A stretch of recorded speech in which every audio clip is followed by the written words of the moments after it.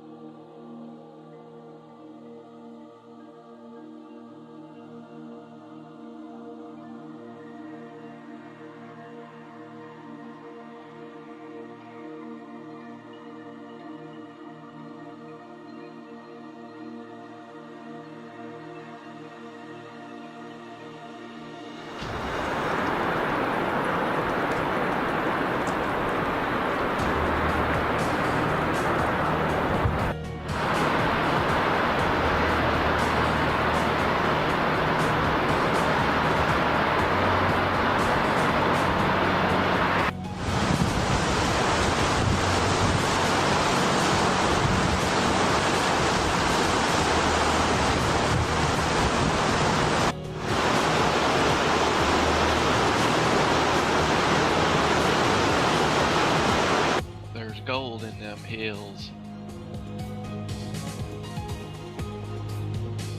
Oroville is situated at the base of the foothills on the banks of the Feather River, where it flows out of the Sierra Nevada onto the flat Florida Sacramento Valley. It was established at the head of the navigation on the Feather River to support the gold miners during the California Gold Rush.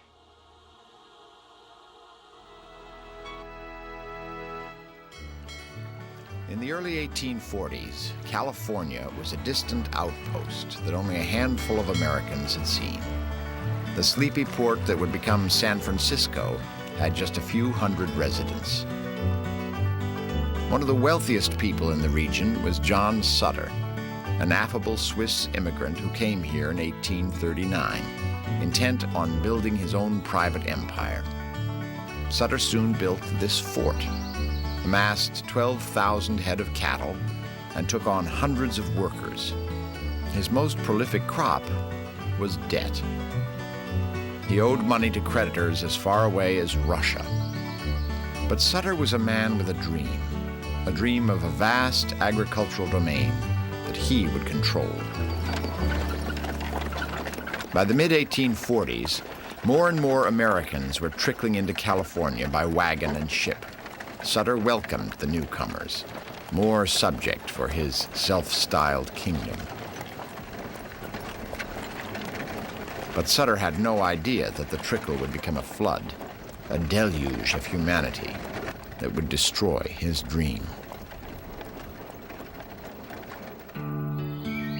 Sutter's undoing began here, 50 miles northeast of his fort on the American River. In late 1847, James Marshall and about 20 men were sent here by Sutter to build a sawmill to provide lumber for Sutter's growing ranch. The sawmill was nearly complete when a glint of something caught Marshall's eye. It was January 24th, 1848.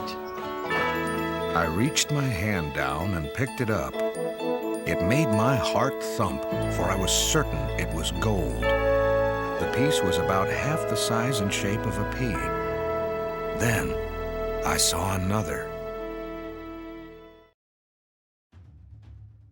I think it's a coincidence that they allowed this dam to disintegrate like this. It was designed to fail. There's a shit ton of gold, I bet, under that lake and in the area. And what better way to clear it up and get rid of the people? You only get that gold when you need it. Now that there's a all-out war on cash and they're really trending towards gold, it makes total sense, this agenda right here. Wednesday, February 22nd, 10:50 Mountain Time, 2017. What you're looking at is an earthquake that has just taken place probably less than 30 minutes ago, not far from Seattle, a 4.2 in this body of water, not far from a naval shipyard that was more than likely felt all throughout Seattle. On the 21st, Oroville had a magnitude 1.8 earthquake.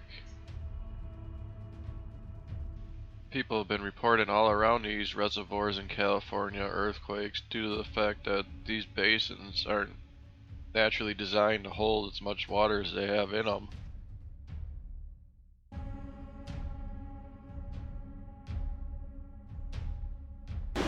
So the guy said that they're generating power like it's going out of style. 40% of California's irrigation comes from the Shasta Dam. Oh, and check out how high it is.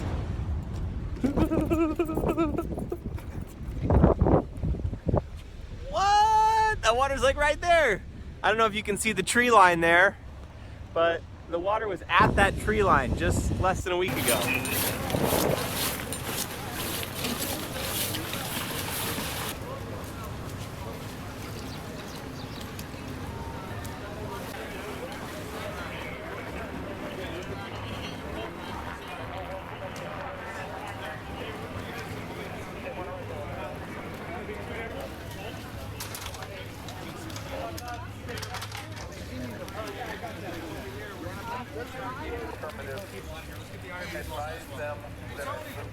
Covering this major flooding since the morning.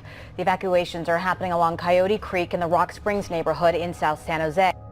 The most dramatic images come from Needles Drive north of Tully Road. ABC 7 News reporter David Louie is live near that scene with the latest on this breaking story. David. Well, Alma and Larry, at this point, according to the fire department, more than 200 people have been evacuated from Rock Springs, an East San Jose neighborhood. 500 households impacted as the waters of Coyote Creek began to rise and trap people inside their homes. You can see that the floodwaters already have swallowed up entire cars, and now the water has crested, but it's not expected to begin to recede until sometime overnight and possibly not till tomorrow morning. Residents say they had little warning. Yeah, you heard that right. Little warning. I wonder why that is. They were how fast the water was rising, so they were stranded on balconies and in doorways as the Coyote Creek floodwaters made it impossible for them to escape. San Jose fire rescue teams brought in boats to pick them up and ferry them out to safety. People left with their children and pets, but little else. Dewey Wynn was able to move his car, but couldn't get back to his family. And right now they try to get my wife and my kid out. So where are they now? Right there. They are up that apartment, probably. Yeah, they try and get it out now. So they need to be rescued. Yeah. And right in view of our camera, his wife and son were among the first group to make it out. We're going door to door right now through all of the homes that are in there. They're all going to be evacuated. They're all going to be decontaminated. Power is now shut off to the neighborhood, or will be soon. So none of these people are going to be able to stay in their homes. Decontamination involved hosing residents down in the middle of Center Road. There was concern the floodwaters contained sewage, solvents, and hazardous chemicals. Mayor Sam Liccardo was the first to reveal why the Rock Springs area flooded so badly. There seems to have been a unique breach of some sort, and obviously that's something we're going to be sorting out in the days ahead. Our focus right now is on ensuring that these residents are safe. Coyote Creek runs right through the Rock Springs neighborhood, and the floodwaters have destroyed much of what Gabriela Martinez treasured. I know we lost a lot of photos. I had a lot of my clothes down there from the winter that I like to storage. I know I had a lot of shoes. I had all of my baby's toys, all of his stuff down there. We saw a number of dogs being closely held by their owners as they were being ferried out of the flood zone during the course of the day. We know that the fire department had to rescue a cat that was trapped up a tree where it had gone to save itself from the waters. San Jose also was involved in a horse rescue. This area also had some horses that had to be evacuated. San Jose also had a lot of help from other agencies, including the county fire department as well as the sheriff's office. This is an ongoing situation that is far from over. And David, do we have any idea how long all those people will have to stay out of their homes? It is unknown yet, Alma. It could be days, it could be even longer. The water here is considered contaminated. It could very well have a lot of toxins in it, and if that water touches any part of the inside of an apartment or home, those have to be decontaminated at some point as well. So it could be days, weeks, and the city said they are willing to provide shelter as long as necessary. All right, thank you for that update, David Louie. Thank you.